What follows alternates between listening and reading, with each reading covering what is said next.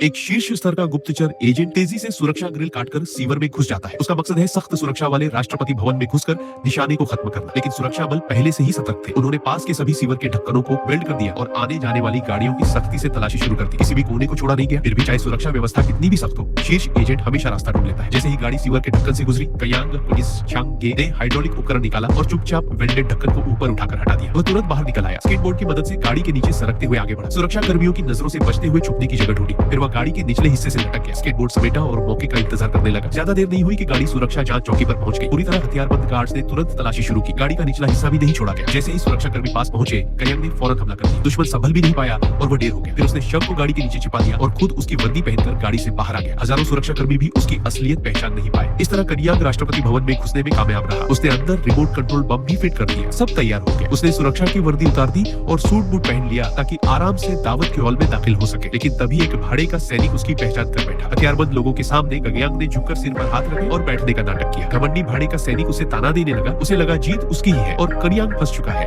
इसी घमंड में उसने असली राज भी उगल दिया। असल में कयांग तो नाटक कर रहा था। सच्चाई जानने के बाद उसने तुरंत डिवाइस का बटन दबा दिया। तेज धमाका हुआ। दुश्मनों का ध्यान बढ़ते ही कयांग ने जवाबी हमला कर दिया। खूंखार भाड़े के सैनिक भी उसके सामने कागज जैसे कमजोर साबित हुए और उसने सबको खत्म कर दिया। उसने गुप्त कमरे का दरवाजा उड़ा दिया और वहीं धोखाधड़ी गिरोह के सरगना को पा लिया। लेकिन अपनी जान बचाने के लिए उस सरगना ने राष्ट्रपति की मां को बंधक बना लिया। तभी FBI भी मौके पर पहुंच गई। लेकिन कयांग बिल्कुल नहीं डरा। उसने एक ही गोली में सरगना को ढेर कर दिया और खिड़की से छलांग लगाकर सुरक्षित भाग निकला।